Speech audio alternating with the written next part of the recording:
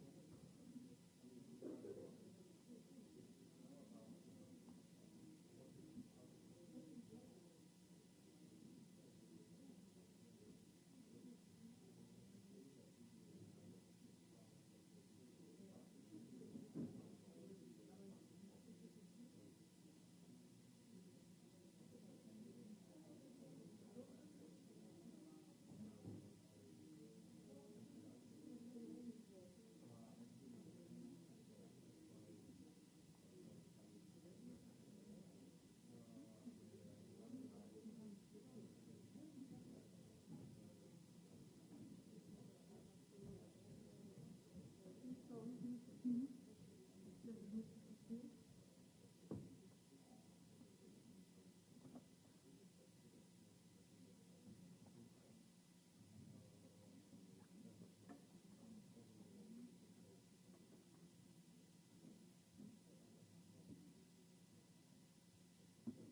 afternoon, colleagues. Welcome to this meeting. Let me inform you that this meeting... Good afternoon, colleagues. Thank you for joining us here and online. Please be informed that this meeting is web streamed. We have interpretation in English, French and German. The draft agenda has been sent to you. I don't see any remarks. The agenda is adopted. I also want to go over to point 2. The draft minutes for a meeting of 14th of January was sent to you beforehand. I don't see any comments. You can still send in comments till tomorrow morning, and then the draft minutes will be approved. Dear colleagues, I just finished the meeting of the Joint Bureau of the Africa-European Parliamentary Assembly, and I'm happy to inform you that we will have begun preparations for the inaugural assembly, which will be held from 12 to 14 May in Abidjan, Côte d'Ivoire. We will discuss this in more detail at our next meeting in Strasbourg in March. And then we now come to the political point of our agenda today, the exchange of views on the political situation in Uganda, specifically on the context of the 2026 elections and the post-electoral situation, in the presence of Mr. Robert Kyagulanyi, Bobi Wine, the leader of the National Unity Platform, main opposition party in Uganda. He is in remote connection. Then we have Dr. Sarah Birete, chairperson of the Global Network of Domestic Election Monitors and executive director of the Uganda Civic Organization Center for Constitutional Governance. She's also remotely connected. And then we have here with us Mr. Jonas Johnson, head of division EAS, Africa 5, Horn of Africa, East Africa. Dear colleague, distinguished guests, good afternoon. I'm pleased to welcome you again. Thank you for accepting our invitation. Today's session will be held on the political situation in Uganda. Like I said, I welcomed already our two guests. The exchange follows on the adoption of the European Parliament's resolution on 12 February on the post-electoral situation in Uganda and threats against opposition leader Bobi Wine. Let me first underline that Uganda is a very important partner for Europe in terms of regional peace and security. Uganda is a primary troop contributor to regional peacekeeping, particularly in Somalia, and it plays a key role in mediating conflicts in South Sudan and the DRC. Uganda is also a major refugee hosting nation, influencing regional stability by providing refuge and security to a large number of displaced persons. As partners, we want to work together to improve the situation of the Ugandan population. At the same time, we must be clear that our commitment to human rights and fundamental freedoms in the European Parliament is non-negotiable. We will not shy away from difficult conversation and will not contribute to the silencing of opposition. In the spirit of partnership, as illustrated by the Samoa Agreement, we wanted to have an opportunity to discuss these issues of concern with the government of Uganda. Unfortunately, the ambassador couldn't be here today with us, but we will sure make a new appointment so that we can also have an exchange of views with the ambassador. It is important to note that accountability is one of the central principles of democracy as it applies to the EU treaties. As part of its oversight role within the EU institutions and parliamentary diplomacy, the European Parliament regularly adopts resolutions on electoral processes worldwide, particularly when credible reports raise strong concerns. Resolutions are an essential means by which the European Parliament expresses its view on political processes, EU politics and global developments. The Parliament also uses resolutions to scrutinize other EU institutions, including the European Council, as part of its democratic oversight role within the European Union. In the resolution on Uganda, which is adopted on the 12th February, which was supported by an overwhelming majority of members, 514 votes in favour, 3 against and 56 abstentions, we note serious concerns regarding the conduct and aftermath of the Ugandan general elections held on the 15th of January 2026, which has unfortunately failed to meet fundamental democratic standards. That opposition leaders and members such as Robert Kyagulanyi, it's easier to pronounce Bobby Wine, and human rights defenders such as Sarah Birete were particularly targeted in a very alarming manner, with arbitrary arrests, prolonged detention and even disappearances. This is why we called in our resolution for the end of all violence, threats, harassment, arbitrary detention of opposition figures, activists and critics, the dropping of all politically motivated charges, the lifting of arbitrary suspension of civil society groups, and the organisation of comprehensive electoral and institutional reforms to ensure the independence of the Electoral Commission and judiciary. We also called for independent and impartial investigations into crimes against humanity committed by Ugandan political and military leaders, and into similar crimes committed by politicians and military in other African countries. We have here with us today NUP leader Mr. Bobby Wine, who himself has been a subject of institutional harassment and who said that his wife and children fled Uganda for fear of their lives following the January 15 presidential election. The European Parliament resolution also mentioned very serious concerns about how the opposition has been treated in the run-up, during and after the elections. We are eager to hear an update from your side. We would also welcome some concrete ideas on the way forward for Uganda. Dear sir, you have the floor.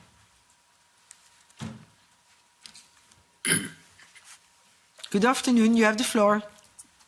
Thank you very much, friends. Greetings. I appreciate so much the opportunity.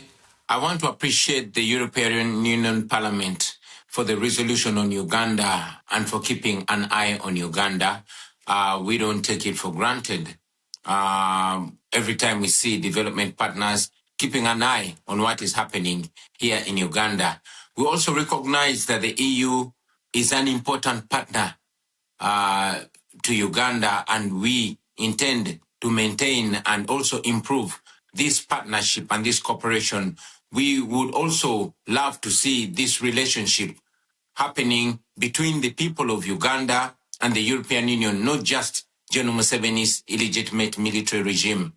I'm still on the run. I'm still in hiding because of the continuing threats on my life since what happened on the 16th of January when my house was, my compound was raided and I fled my house. And also the following raid that happened on the 23rd of January where my wife was assaulted and my family members were assaulted, and the military took over my home, which the military still occupies to the present day. My home is surrounded and the military is in charge of it now. What happened on the 15th of January and the preceding days was not an election. It was a military operation, and I'm very glad that it was clearly stated during the debate in the European Union Parliament.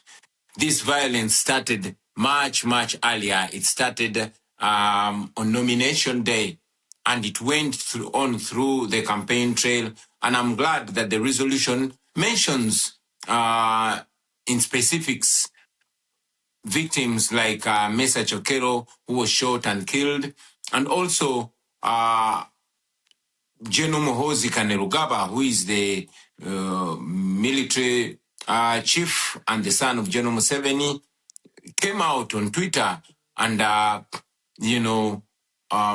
mentioned how he killed 22 of our people and hoping that I would be the 23rd. I must mention, though, that the numbers that he put are much, much less. Maybe he mentioned or he meant those that he killed personally. Otherwise, the numbers that we have of the victims, of the people that have been killed, are much, much, much more than 22. Many civil society organizations were closed down, especially those that are in the area of governance. It was mentioned, and I want to reiterate it again, that the internet was shut down 3 days before the election. Media houses were ordered not to relay the results that were happening and all that was going on ground on the polling stations to ensure that there's a clear disconnect between what was happening in the polling stations and what was being relayed by the Electoral Commission. I'm very glad that Dr. Sarah Birete is with us today. In this meeting, she was arrested, detained, because she was taking an effort to speak out and educate people, the citizens of Uganda, about their rights and on democracy. You know, I mentioned it that 2 of my deputy presidents were abducted on the eve of the election, and they remained missing for 3 weeks. We later learned that they were being detained in a military barracks, in a special forces military barracks, which is run by General Museveni's son, Muhoozi Kainerugaba. Most of our coordinators were arrested, were picked and detained. Some are still in detention, while some were dropped off. These also included officials from our election management committee. So what Mr. Byabakama, the chairperson of the Electoral Commission, relayed was actually completely different from what happened on the grounds. The law requires that there must be, coordination in the tallying of the results. That did not happen. The candidates were not given copies of declaration of result forms, and the Electoral Commission simply declared numbers that it did not justify where they were coming from. As we speak, we are still demanding that the Electoral Commission uploads the declaration forms so that the nation can be able to follow in transparency, so we can be able to compare the evidence that we have, the declaration of result forms that we have, to what was paraded by the Electoral Commission. But up to now, they have not uploaded the results on the internet like it's supposed to be. Somebody may ask, why then didn't we go to court? But we've mentioned it again that institutions in Uganda have all been destroyed, and including the judiciary. The manner of appointment of the Chief Justice recently is evidence to that. The Chief Justice was sworn in General Museveni's farm. So that and many other reasons cause us not to have trust in the judiciary in Uganda, and many times the regime, General Museveni or his son, have actually been guiding publicly and sometimes privately, determining how the judiciary does its work. So we found no redress whatsoever in the Ugandan judiciary, and that's why we did not go to court. We have presented some asks, which I want to reiterate here.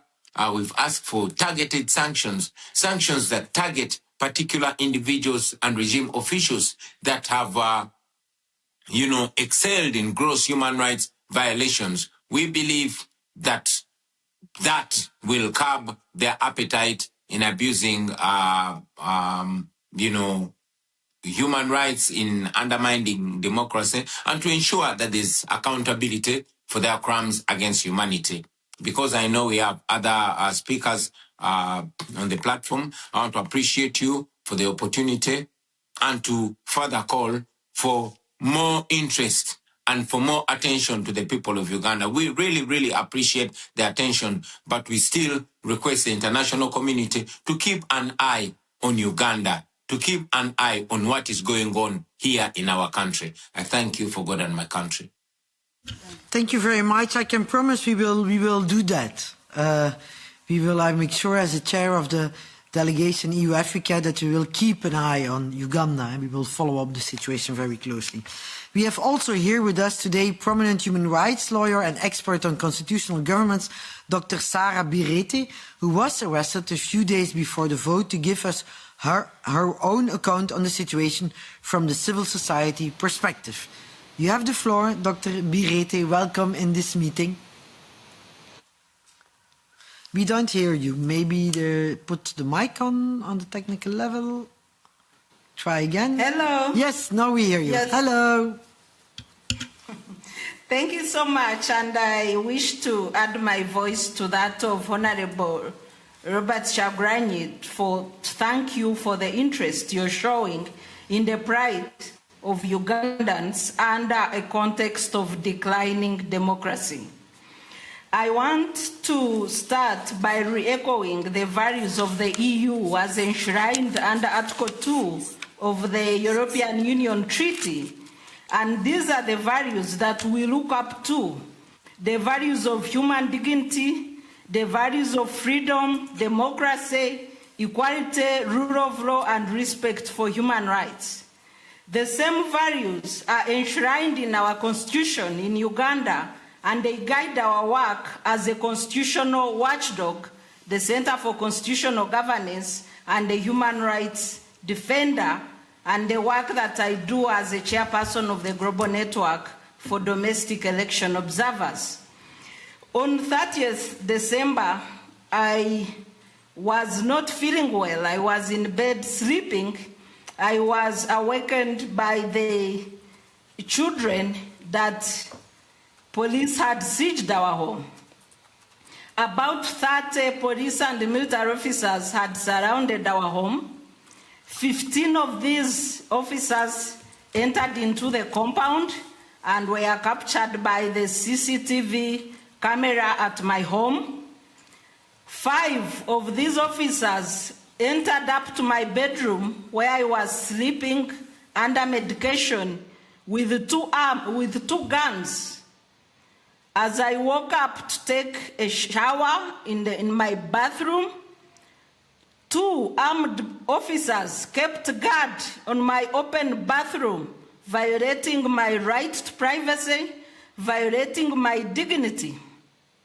I was incarcerated for 3 days at Natete police station under difficult conditions of restricted access to family and lawyers.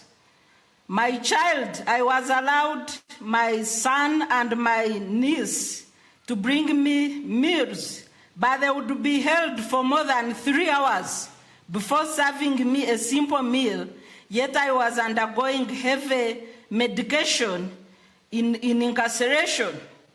I was denied legal representation. My lawyers only met me a few hours on 1st of January, a few hours to interrogation. During interrogation, I had 4 lawyers present at the police station. I was denied legal representation. I was alone. And 1 lawyer was told to sit outside and he will be invited by the police if needed. Yet Article 23 of the Constitution provides that any person suspected of having committed a crime is entitled to legal representation, access to family, lawyers, and doctors. I was denied. All my visitors were chased away. I was held 2 days without knowing the offense I had committed. And when it clocked 44 hours in detention, that's when an officer came to interrogate me. And I was asked questions regarding the president and his son and the media interviews I do as part of my work in advocacy. During arrest, all of the phones that were in my home, including those of my children, were wrongly confiscated by the police in a scuffle that led to assault of my children, and the phones of my children were held for more than 1 month and they were left at home with no means of communication. My phone is still in police custody, and I have started experiencing digital impersonation. My handle on TikTok, my personal handle, has been brought down by hackers, yet it's registered in the phone that is with police. 3 different accounts have been opened in my names using my biodata and my place of work, and they post offensive communication using deep fakes. The communication is related to what I was interrogated about. 2 of these accounts were opened when I was in detention in prison. And with my phone in the hands of police and with digital impersonation, I don't know what else they are doing regarding my personal data and communication. Towards elections, I was profiled as a highly dangerous person because of the work that I do as a chairperson of the GENDEM, chairperson of the Eastern Horn of Africa Election Observers Network, vice chairperson of the Africa Elections Observer Network, and president of the East Africa Civil Society Forum. The security thinks that this work that I do in the region, on the continent, and at the global level is dangerous, and it warrants me being treated as a terrorist because of promoting democracy and human rights. This profiling is what led to my detention and the charges that are related to a voter register, which I have never seen, that are related to sharing of data on a voter register, which is a public document, and these are the charges that I am battling in court. When you look at the work, the characterization of my work during travels at the airport, some random security officers would ask me what I do and why I travel so much. And the work was characterized as recruiting for opposition, as fundraising for opposition in security files. This is how I became a target of regime harassment. The unwritten offenses by the military and the security agencies in Uganda is that if you are a promoter of democracy and human rights, then you are a dangerous person to the government of Uganda. Our constitutional watchdog, the organization that I head locally, capitalizes on demanding for accountable leadership in line with the Constitution of Uganda. But calling out to the regime to account on human rights violations on several media platforms is what rendered me to be branded as a criminal in Uganda. The siege under my home, which lasted for more than 2 hours, surrounding the whole neighborhood, took away, violated our privacy, led to assault of my children, led to the detention of their phones, and depriving them of a right to communicate or study, including those that were engaged in online studies. I will now embark on the plight of civil society organizations in Uganda. The suspension of work permits for organizations that work on governance, human rights, and elections violates the NGO Act of Uganda, violates the NGO Amendment Act of 2024, because the definition of the NGO Bureau in Section 16 means the board members of the Bureau. These board members do not exist after rationalization. The secretary who signed forms purporting to be holding out as the Bureau is impersonating the Bureau and has no such mandate, and the suspended NGOs were not given a right to be heard, which is a right provided for in the NGO Act, and the indefinite suspension of permits is in effect closure of NGOs without due process. The NGOs have been intimidated into silence because of a mention of activities prejudicial to national security, and most of them are hopeless and they cannot fight back. My third issue is on general human rights violations in Uganda.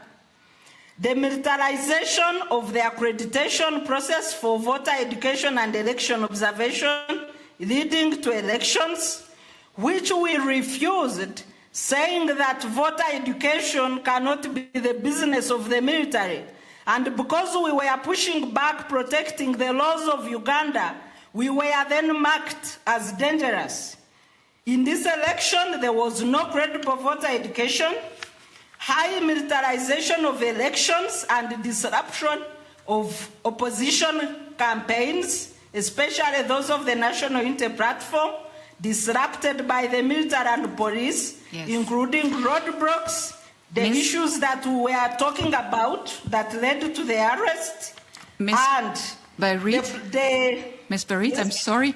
Yes, please. Our chair, Hilde Woutmans, had to leave, so I'm stepping in for her. My name is Ingeborg Telek, and I'm the vice chair of this committee. Can I ask you, please, to come to your conclusions, because I assumed this was your third and last item you wanted to address, or not? Yes, please. I will mention the state of judiciary and rule of law as I go towards the conclusion. Thank you. We have the weak judiciary in place with questionable legitimacy because the Bar Association of Uganda has been locked out of the Judicial Service Commission, and the ongoing appointments, including that of the Chief Justice and Principal Judge, have questionable legitimacy because of lack of quorum at the Judicial Service Commission.